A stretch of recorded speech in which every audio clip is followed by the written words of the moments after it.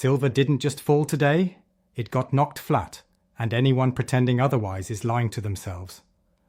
Welcome back to Gold Rush Reporter, where I talk to you as a real gold and silver analyst, not a cheerleader. Today's drop wasn't a dip, it was a shockwave. Hook!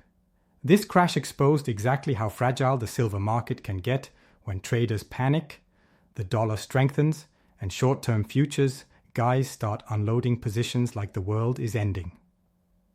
Engagement line? Before we go deeper, tell me honestly in the comments. Do you think this sharp fall was real market pressure? Or do you believe big banks staged another coordinated smashdown?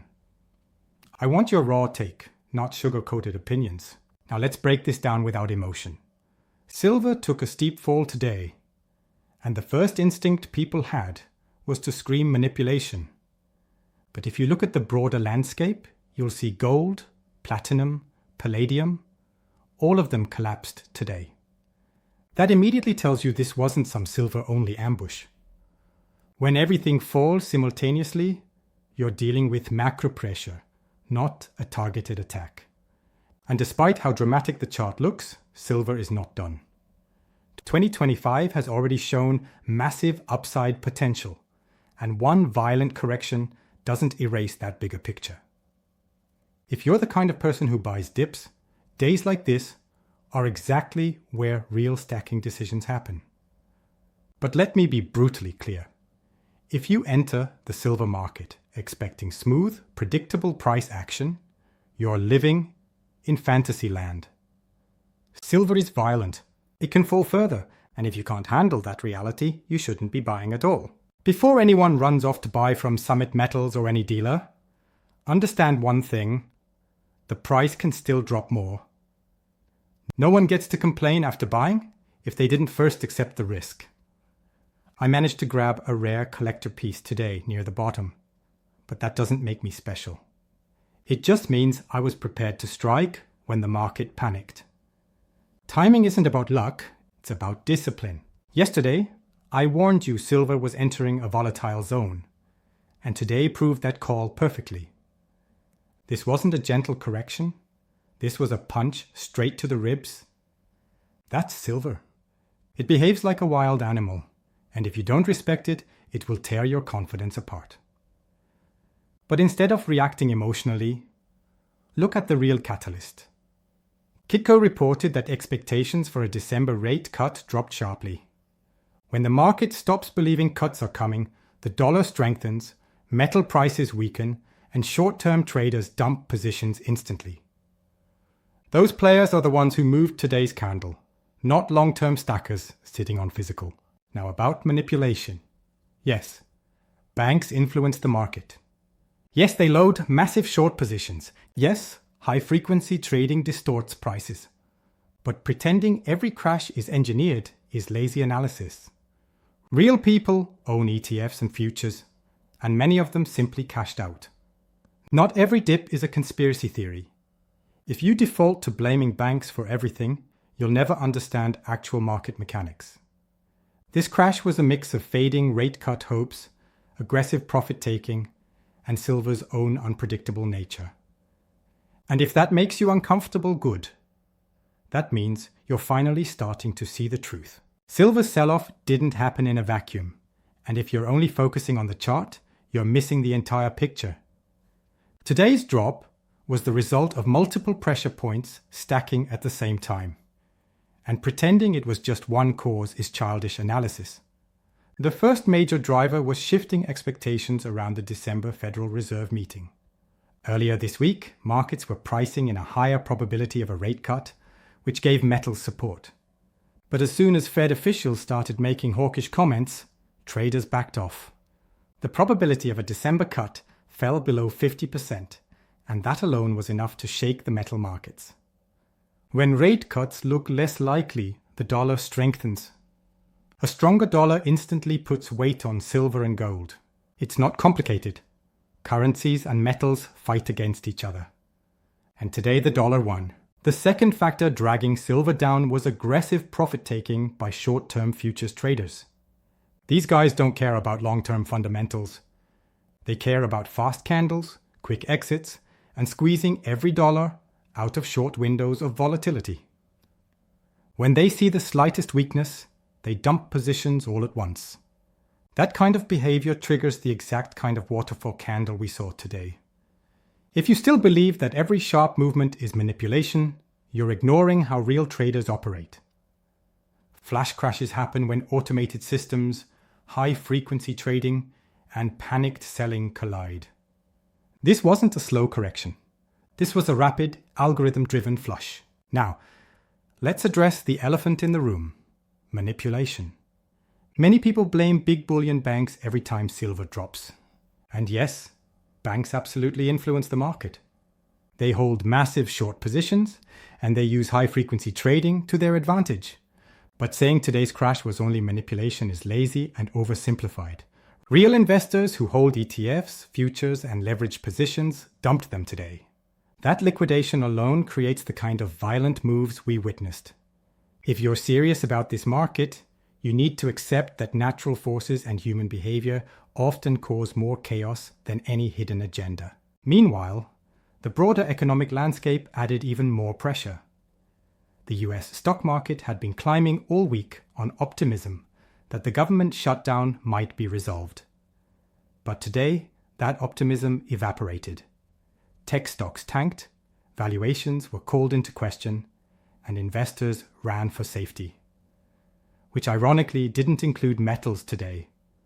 The same Fed comments that weakened the stock market also pushed metals even lower.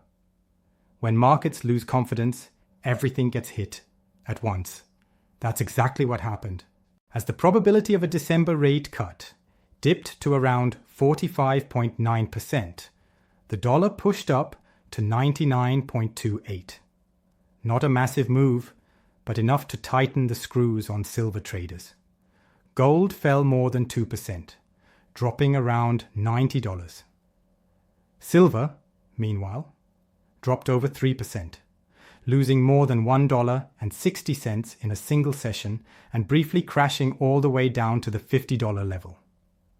Watching that drop in real time was wild. And honestly, anyone experienced in this market knows silver can fall harder and faster than gold every single time. Yet even in the middle of the chaos, buyers came in. As soon as silver touched the low $50 range, demand appeared online. Smart buyers saw the opportunity and moved instantly. But make no mistake, that bounce doesn't erase how brutal the initial crash was. Silver still clung desperately to the $50 mark, and closing above it is the only thing preventing today from being even uglier. Silver's price action in the second half of the session told an even louder story than the initial crash. Once the price smashed down to the $50 zone, with an intraday low around $50.02, the market finally showed signs of life. Buyers jumped in, but don't kid yourself. This wasn't some heroic rescue. It was opportunistic buying from people who understand that when silver drops more than $3.50 in a single day, that's blood in the streets territory. Still, even with that bounce, silver barely held above $50. And that alone shows how fragile today's market really was. People love to act like silver is invincible, but today exposed how quickly sentiment collapses when fear hits the futures market. A $3.50 intraday drop from a $50 base is massive. It's the kind of move that wipes out weak-handed traders in seconds. That's why this wasn't just a dip. It was a textbook flash crash. Even other metals weren't safe.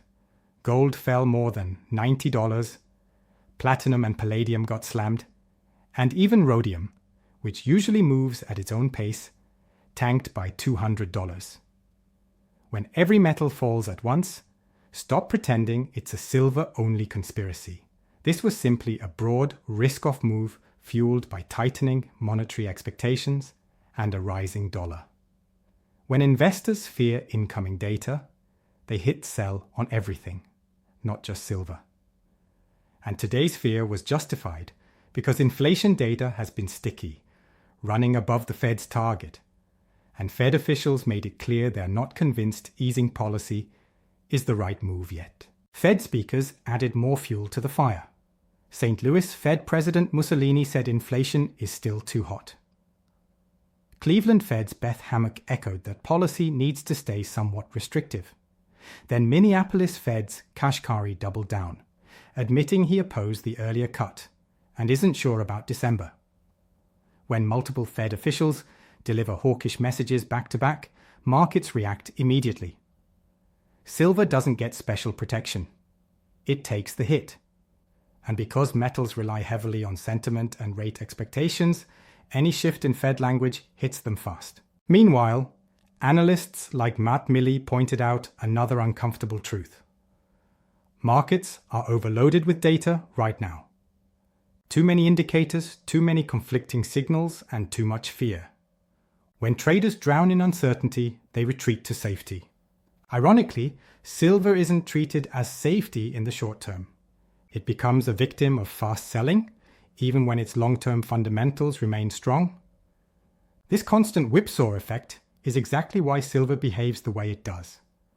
One day it surges, the next day it collapses. If you're not mentally prepared for that, you're going to panic every time the candles turn red.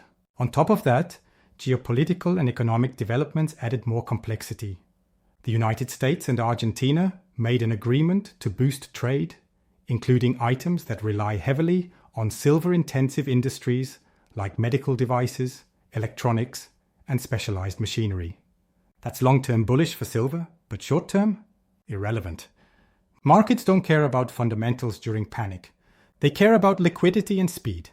China's slowdown made things worse. Industrial production weakened, investment hit record lows, and economic cooling directly suppresses silver demand because silver is an industrial metal first and a monetary hedge second. Slow growth equals weaker demand. It's that simple. If you're expecting a neat resolution or some magical trigger that sends silver straight to the moon, stop. The market doesn't care about your hopes, my hopes, or anyone's narrative. What does matter is the underlying structure.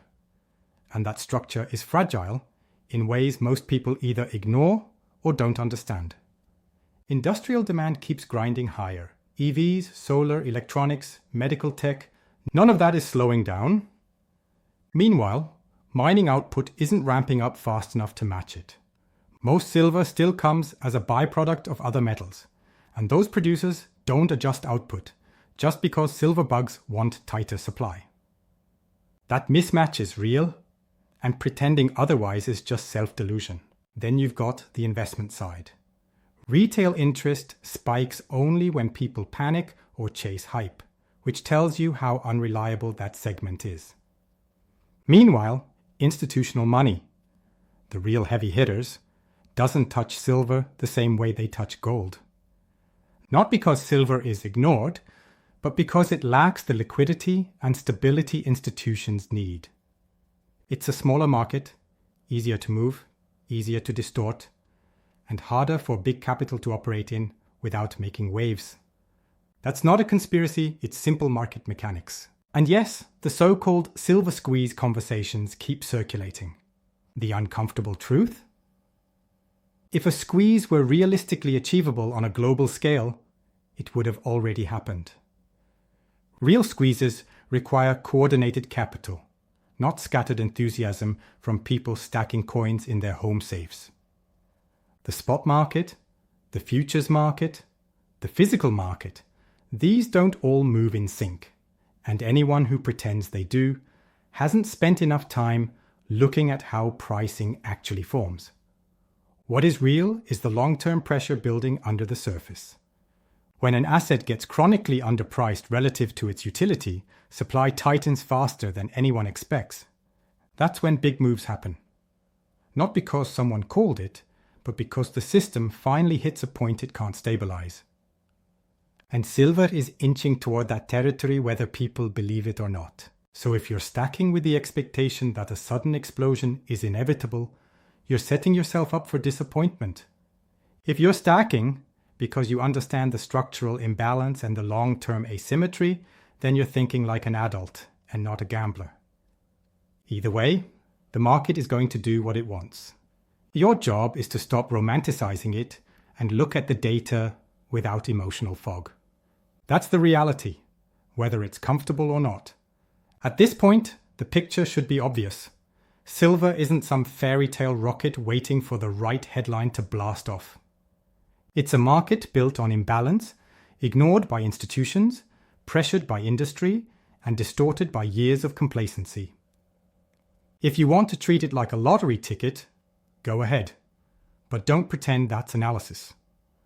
The people who actually win in this space are the ones who stay rational, understand supply dynamics, follow real data, and avoid drinking their own Kool-Aid. Silver will move when the fundamentals force it to move, not when people online chant loud enough. And when it does, it's not going to give a courtesy warning. Markets rarely do. So stay sharp, question every claim, including mine, and stop relying on hopium. Reality is harsher, but it's a hell of a lot more useful. If you want more straight, no-nonsense breakdowns without hype or fantasy, make sure you're subscribed. Hit the bell so you don't miss the next deep dive. Thanks for sticking around. See you in the next one.